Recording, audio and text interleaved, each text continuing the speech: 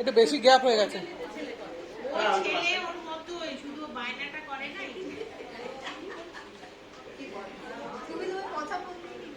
যেটুকু আমি তুলছি পচাই হয়ে গেছে। রবীন্দ্রনাথের রসবোধ ছিল অতি উচ্চমানের। তিনি হাস্যকৌতুক খুব ভালোবাসতেন। সাহিত্যের একটা বিশাল জায়গা জুড়ে রয়েছে রবীন্দ্রনাথের হাস্যকৌতুক। শুধু সাহিত্যেই নয়, ব্যক্তিগত দৈনন্দিন জীবনে আলাপ আলোচনায়ও রবীন্দ্রনাথ ছিলেন হাস্যরসের নিপুণ কারিগর। সেই হাস্যরসের আস্বাদন করব আমরা তারই সৃষ্টির মধ্যে দিয়ে। পরিবেশিত হচ্ছে শ্রুতি নাটক সূক্ষ্ম বিচার। পরিবেশনায় ডক্টর প্রসেনজিৎ দত্ত এবং জয়িতা মুখার্জি।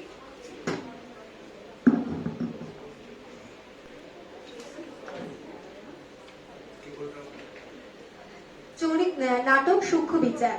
চরিত্র চণ্ডীচরণ এবং কেবলরাম।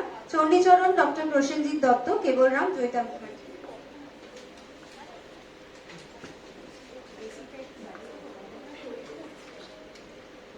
মশাই ভালো আছেন? ভালো আছে মানে কি? অর্থাৎ সুস্থ আছেন? স্বাস্থ্য কাকে বলে? আমি জিজ্ঞাসা করেছিলাম মশাইয়ের শরীর গতি। তবে তাই বলো, আমার শরীর কেমন আছে জানতে চাও? তবে কেন জিজ্ঞাসা করেছিলে আমি কেমন আছি? আমি কেমন আছি আর আমার শরীর কেমন আছে কি একই হল? আমি কে আগে সেই বলো। আগে আপনি তো চণ্ডীচরণ বাবু। সে বিষয়ে গুরুতর তর্ক উঠতে পারে। তর্ক কেন হবে?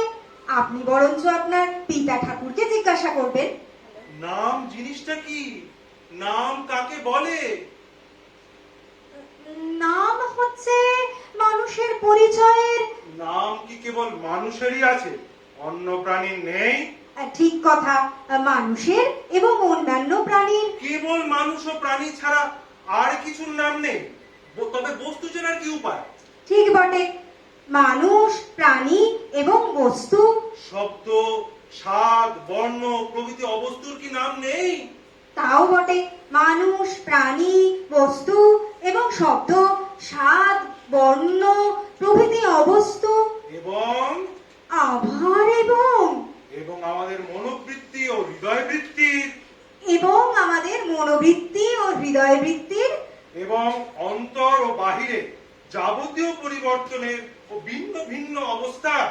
যাবতীয় পরিবর্তনের এবং ভিন্ন ভিন্ন অবস্থার।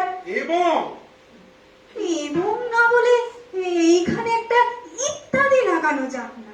আচ্ছা, এখন সমস্যাটা কি হলো বলো তো, কথাটা পরিষ্কার হয়ে যাক। পরিষ্কার হবে কিনা বলতে পারিনি, চেষ্টা করি। নাম হচ্ছে মানুষের এবং অবস্তুর, না না, বস্তু এবং অবস্তুর এবং বাহিরের ও অন্তরের যাবতীয় হৃদয়বৃত্তির, না মনোবৃত্তি, না না, যাবতীয় ভিন্ন ভিন্ন কিংবা পরিবর্তন ও অবস্থার ভিন্ন ভিন্ন।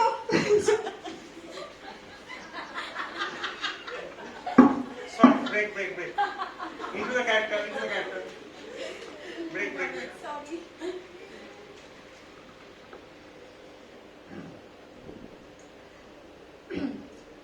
পরিষ্কার হবে কিনা বলতে পারিনি, চেষ্টা করি। নাম হচ্ছে মানুষের এবং অবস্তুর, না না, বস্তু এবং অবস্তুর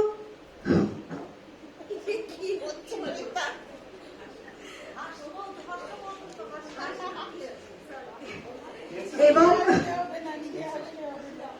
বাহিরের ও অন্তরের যাবতীয় হৃদয়বৃত্তির, না মনোবৃত্তির, না না, যাবতীয় ভিন্ন ভিন্ন কিংবা পরিবর্তন ও অবস্থার ভিন্ন ভিন্ন যাবতীয়। এ তো মুশকিল হলো, কিছুতেই গুছিয়ে উঠতে পারছি না। এক কথায় নাম হচ্ছে মানুষের এবং প্রাণীর এবং দুর্ভাগ্যে মানুষের প্রাণীর এবং ইত্যাদি পরিচয়ের উপায়। এ সম্বন্ধে তর্ক আছে। পরিচয় কাকে বলে? আমি কাউকেই বলিনি, মশাই বলুন। ভিন্ন ভিন্ন পদার্থের প্রভেদ অবগত হয়ে তাদের স্বতন্ত্র করে জানা, এই ঠিক তো? এছাড়া তো আর কিছু হতেই পারে না। তাহলে তুমি অস্বীকার করছো না? আগে না।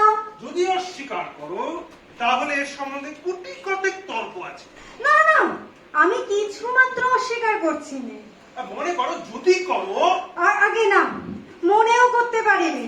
তুমি না করো, অন্য যদি কেউ করে, কারো সাধ্য নেই। এত বড় দুঃসাহসী কে আছে? আচ্ছা বেশ, এটা যদি স্বীকারই করি, তারপর নাম যদি পরিচয়ের একমাত্র উপায় হবে, তবে কি আমার চেহারা পরিচয়ের চেনার উপায় না? এই আমার অন্যান্য লক্ষণগুলো? আজ সম্পূর্ণ বুঝেছি নাম কাকে বলে, তার নাম গন্ধ জানি নে। আপনি বলে দিন। ভাষার দ্বারা স্বতন্ত্র পদার্থে স্বাতন্ত্র নির্দিষ্ট করা একটি কৃত্রিম উপায়কে বলে নামকরণ। যদি অস্বীকার করো? না, আমি অস্বীকার করিনি। কেবল তর্কের অনুরোধেও যদি অস্বীকার করো? তর্কের অনুরোধে কেন, বাবার অনুরোধেও অস্বীকার করতে পারি।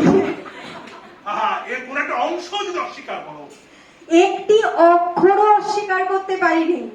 মনে করো কৃত্রিম কথাটা সম্বন্ধে কিন্তু নানা তর্ক উঠতে পারে। ঠিক তার উল্টো, ওই কথাতেই সকল তর্ক দূর হয়ে যায়। আচ্ছা, যদি তাই যদি হলো, মীমাংসা করা যাক। আমার নাম কি? মীমাংসা আপনিই করুন, আমার খিদে পেয়েছে। আমার নাম সহস্র আছে, কোনটা তুমি শুনতে চাও? যেটা আপনি সবচেয়ে পছন্দ করেন। প্রথমে বিচার করতে হবে কিসের সঙ্গে আমার প্রভেদ জানতে চাও। যদি পশুর সঙ্গে আমার প্রভেদ নির্দেশ করতে চাও, আগে তা চাইনি। তাহলে আমার নাম মানুষ। যদি শ্বেত পিত পদার্থের সাথে আমার প্রভেদ জানতে চাও, তাহলে আমার নাম কালো। শ্যামলা।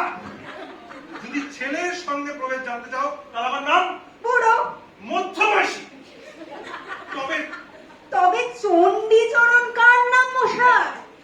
একটি মনুষ্যের মধ্যে, একটি উজ্জ্বল শ্যামবর্ণ মনুষ্যের বিশেষের মধ্যে, একটি পূর্ণ পরিণত মনুষ্যের মধ্যে তার জন্মকাল হতে আজ পর্যন্ত যে সকল পরিবর্তন অহরহ সংঘটিত হচ্ছে এবং মৃত্যুকাল পর্যন্ত যা হওয়ার সম্ভাবনা আছে, সেই পরিবর্তন এবং পরিবর্তন সম্ভাবনার কেন্দ্রস্থলে যে এই সজ্ঞান ঐক্য বিরাজ করছে, তাকে একদল লোক, অর্থাৎ সেই লোকের সজ্ঞান ঐক্য চণ্ডীচরণ নামে নির্দেশ করে।